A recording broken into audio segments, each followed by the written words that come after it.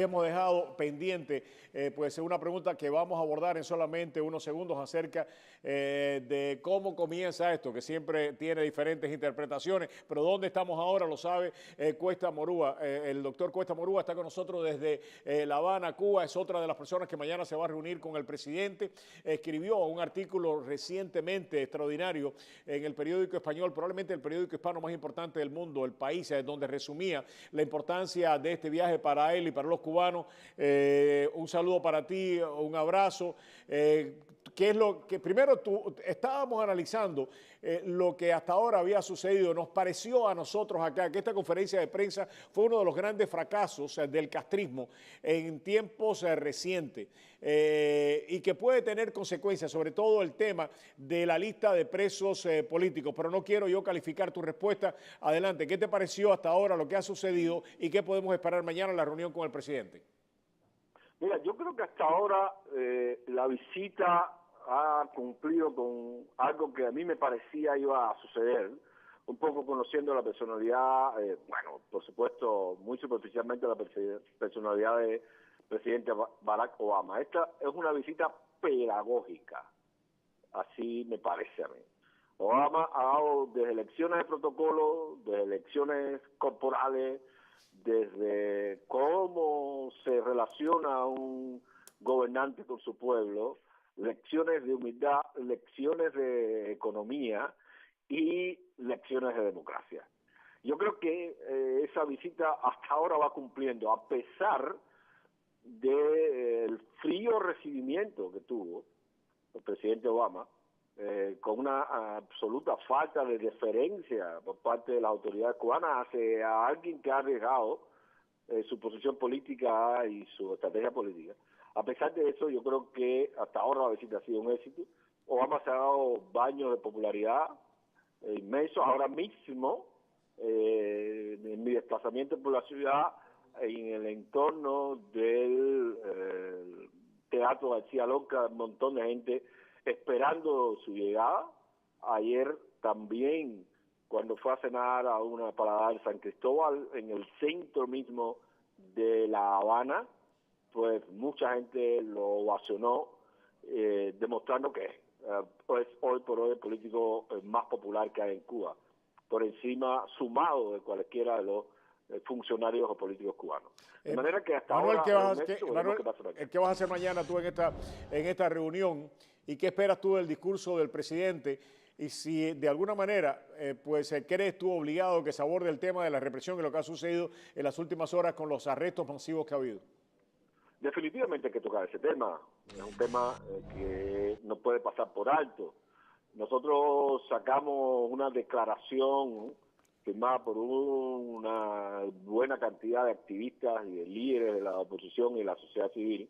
Justamente uno de los temas que nos preocupa es ese, el tema de la represión. Y eso va a salir en la discusión.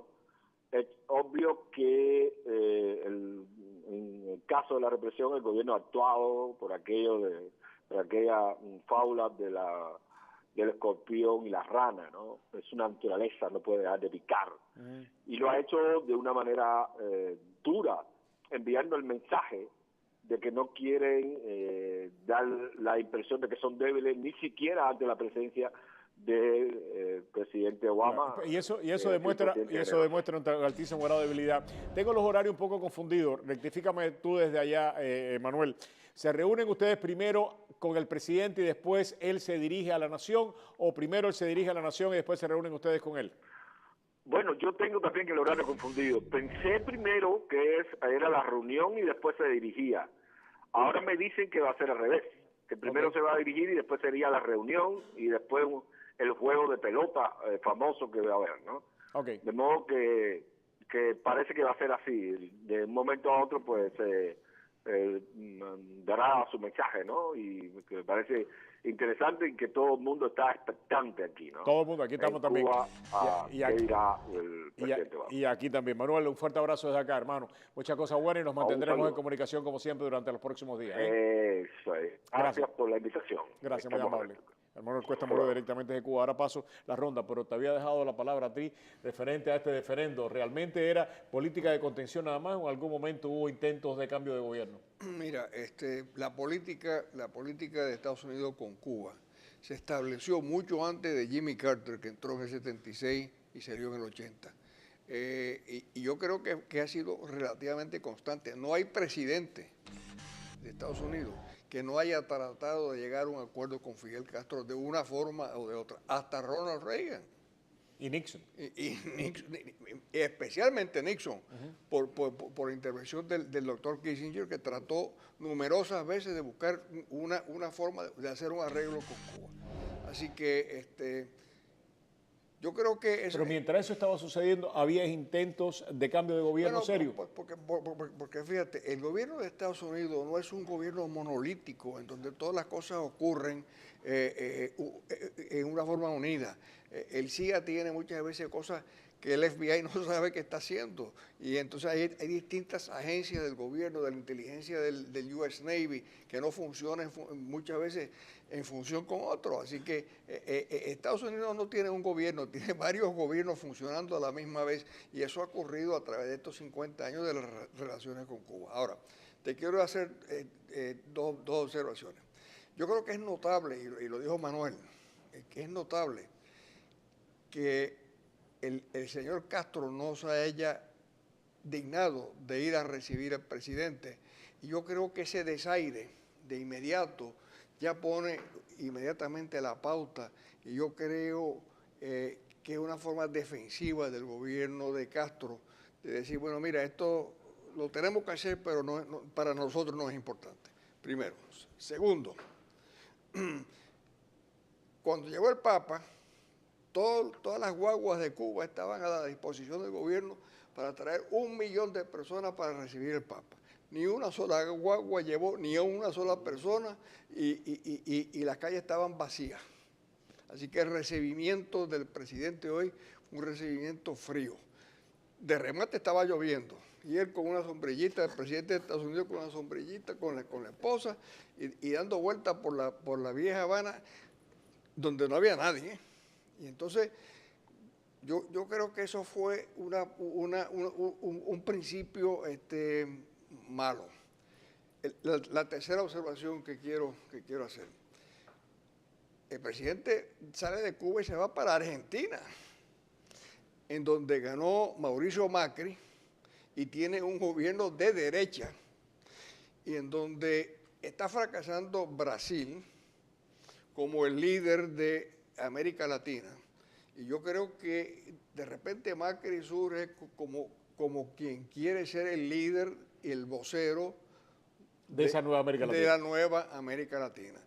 Y si el presidente hubiera ido a Cuba y hubiera regresado a Washington, es muy distinto a que va ahora a Argentina, que es el polo opuesto, el gobierno de Macri, el polo opuesto al gobierno de Raúl Castro. Y yo creo que el contraste tiene importancia internacional. Lo único que quería aclarar, porque esto lo dijo Dagoberto Valdés en la mañana de hoy, allá en Actualidad, que lo entrevistamos, dijo que el protocolo indica que solamente los jefes, el jefe de gobierno en Cuba, el jefe de Estado, va a recibir al Papa. Y que eso es muy normal en muchísimos países del mundo. Aquí en Estados Unidos solamente pues el presidente le da la bienvenida al Papa y no a otros jefes de Estado. Y Dagoberto dijo que lo que él había escuchado era eso y que las autoridades norteamericanas habían dicho que no estaba pactado pues en la reunión. Pero tú tienes informes de Cuba que lo compartías con nosotros esta mañana también en Actualidad, sí, acerca de este tema. Hay fuentes en Cuba muy cercanas al régimen, al poder, al régimen, plantearon que ellos trataron desesperadamente de que el presidente Obama fuera y se reuniera con Fidel Castro, lo que hizo el Papa, es decir, la concesión del Papa. Recordemos que el Papa Benedicto estaba en la Anunciatura y Fidel se le apareció allí y lo tuvo que recibir. Es más, el Papa estaba creo que durmiendo una siesta o algo de eso, se tuvo que vestir y bajar y eso. Fidel se les apareció allí, tocándole en la puerta, punto menos. En el caso del Papa Francisco, fue allá y tuvo una serie de, muy amable y muy cariñoso con Fidel Castro, rememorando sus épocas de Belén y todo el tipo ese de cosas. Demasiado. Exacto. El caso aquí fue que se planteó la necesidad de que el presidente Obama fuera a visitar a Castro y la Casa Blanca dijo que ni hablar, que eso no iba a ocurrir. Entonces hubo cierto enfriamiento y cierta molestia con eso y eso enfrió la cosa. Dicen que la cosa de traer a Maduro, que trajeron a Maduro corriendo allá y estuvo allá y que lo fue a recibir el vicepresidente, el segundo hombre de la jerarquía política de Cuba, fue a recibir a Maduro. Así que también vamos a ver si quién más importante, claro. Maduro o Obama. Para el gobierno cubano, Maduro. Para el gobierno cubano, Maduro, y ahí no hay duda. Una de las cosas, Raúl, que decía Cuesta Morúa, que a mí me parece que es importante, es el tema de la represión.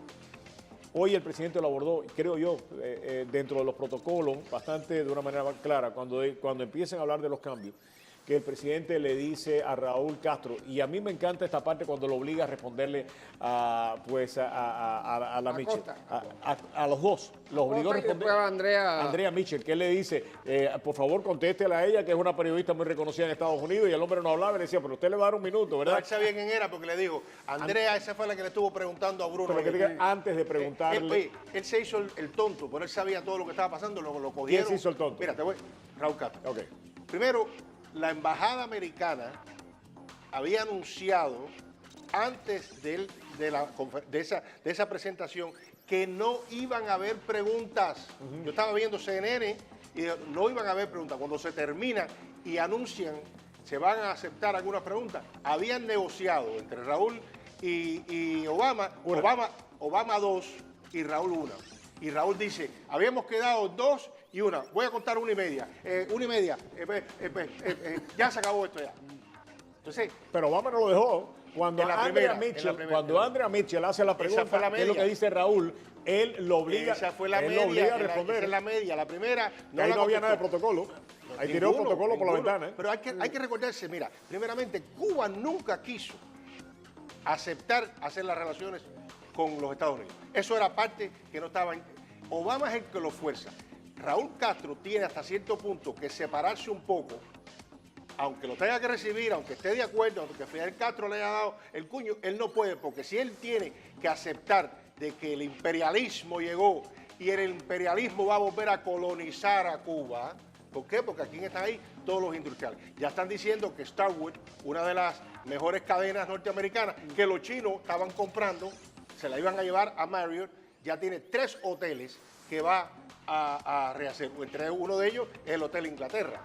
Entonces, cuando tú ves todas esas cosas que se han estado llevando tras bambalinas, cuando están hablando de la agricultura, y hoy entre los empresarios que se reúnen con Obama es un agricultor que tiene una cooperativa, y el presidente le pregunta, ¿y qué necesitan ustedes, equipo? Y el individuo dice, definitivamente, porque si tuviéramos mejor regadío, si tuviéramos mejores equipos, todo esto está tramitado, todo esto está masticado, esto es protocolar. Okay, bueno, el protocolo, como decía Roberto, se rompió en la conferencia de prensa en ese sentido, pero eso yo decía que Obama se reveló como un buen maestro de ceremonia. Si queda bien como presidente, repito, sabremos al final. Sí hubo una oportunidad perdida, que habría que ponerle en contexto en su momento, ¿no? Que fue cuando, creo que fue la propia Andrea Mitchell, a referirse a lo que pone como ejemplo, lo que pasó ayer con las damas de blanco, ¿no?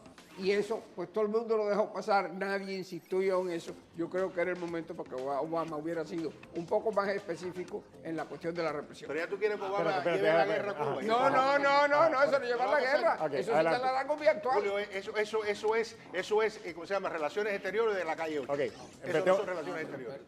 30 segundos porque tengo que pasar a poder. Andrea Mitchell vamos a que sea frank. Adelante. No, lo que me sorprendió fue primero la reacción del gobierno, del régimen a mover a esta gente frente a las cámaras como los trató. Eso, si hubieran sido un poco menos temerosos. Había tremendo temor, había gran Mauricio, temor. Que hayan paralizado el tránsito y además suspendieron una serie de rutas, como la 27, el P11, una serie de rutas que iban desde el Vedado o desde los barrios de los barrios periféricos al centro de La Habana, la suspendieron. Es decir, regresamos en solamente unos segundos aquí en Prohibido Callarse, más con este análisis hoy de 7 a 9 de la noche. Quieren comunicarse con nosotros, lo pueden hacer a través de mi tweet, arroba Roberto R. Tejera, arroba Roberto R. Tejera, y también tenemos, pues ahí ustedes tienen, con el hashtag Prohibido Callarse. Regresamos.